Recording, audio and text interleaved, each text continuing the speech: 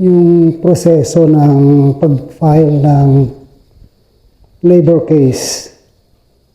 Ito yon, magsisimula ka sa pag-request ng assistance sa SENA. Ang SENA ay, ang ibig sabihin, single entry approach. So pupunta ka dyan para mag-fill out ng request for assistance form, yung RFA na tinatawag nila.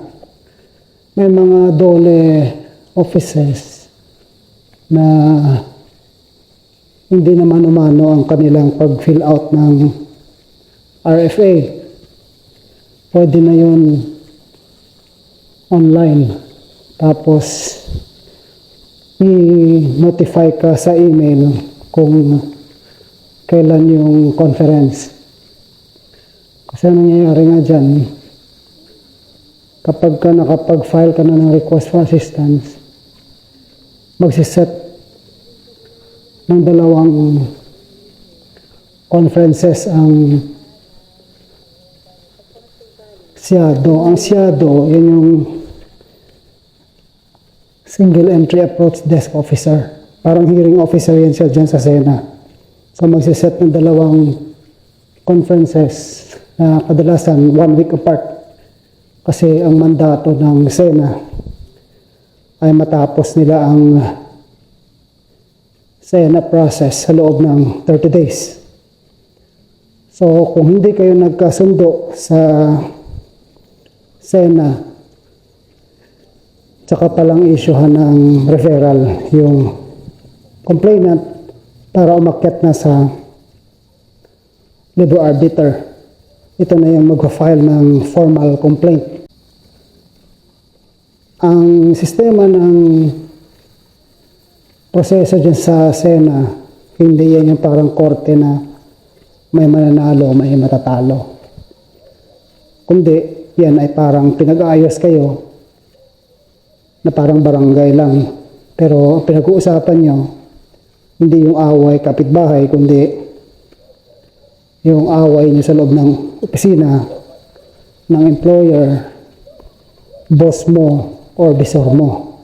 So, essentially, ang kaaway mo dyan is yung kumpanya kung ikaw yung complainant. Yan ang SENA. Kapag hindi ka nagkasundo, akyat kayo dyan sa labor arbiter, dala-dala mo yung referral, mag-fill out ka naman ng formal complaint. So, dyan mo na ilalagay yung mga causes of action mo. Nandyan yung illegal dismissal, meron kang money claims. Kung may union kayo, ilalagay mo rin dyan. Kung mahingi ka ng reinstatement, ilagay mo rin. Kung ayaw mo, ilagay mo rin. Tapos may separation pay. Dyan pwede na maglagay ng moral exemplary damages and attorney's fees. So, i-raffle ngayon yan para malaman ko kaninong arbiter na punta. Pagdating dun sa arbiter, isiset niya yan for 2 conferences. Parang SENA lang ulit. Pero this time, mas matindi na yung consequence kapag hindi ka naka-attend kasi pwedeng ma-dismiss yung kaso mo kung ikaw yung complainant na hindi naka-attend. At kung ikaw naman yung employer na hindi naka-attend, mawawalan ka ng karapatan na makapag-file ng position paper mo. Ngayon, pag hindi nagkasundo sa dalawang conferences na sinasabi natin, magpa-file kayo ng position paper. So simultaneous yun, ibig sabihin, kaliwaan. Pa-file mo yung sa'yo, pa-file niya rin sa kanya. So i-receive mo yung kanya, i-receive niya yung sa'yo. Tapos pwedeng pag-filein pa kayo ng reply, sagot dun sa position paper ng kalaban mo at sagot niya rin sa position paper mo. May mga ibang arbiter na sabi niya, pwede pa kayo mag-file ng rejoinder. Yung rejoinder yung sagot dun sa reply ninyo sa isa't isa. Kapag lahat ng papel na hinihingi ng arbiter na ipasok na, ang tawag doon, din submitted na for decision. The decision na yun ng arbiter. So, kung anong kalalabasan ng decision, yung natalong partido, mag-a-appeal. Mag-a-appeal sa NLRC Commission. Pagka dating sa LLRC Commission, magde-decision si Commission. Tapos kung ano ang decision ni Commission, ang natalong partido pwedeng mag-file ng motion for reconsideration or MR. Pag na-resolve na yung MR, kung denied halimbawa, magiging final and executory na yung kaso sa NLRC Commission.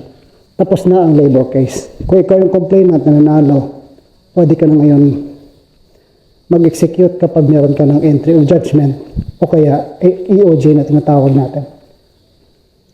Hanggang dun lang yun, minsan ang kalaban, respondent, nagpa-file pa yan ng petition for certiorari. Pero kung gusto mo ng maningil, kumuha ka na ng award mo, pwede na yun kasi ministerial na lang kapag ka final executory na yung kaso. So I hope na may napulot kayo dito sa ating discussion. And see you sa susunod na mga videos.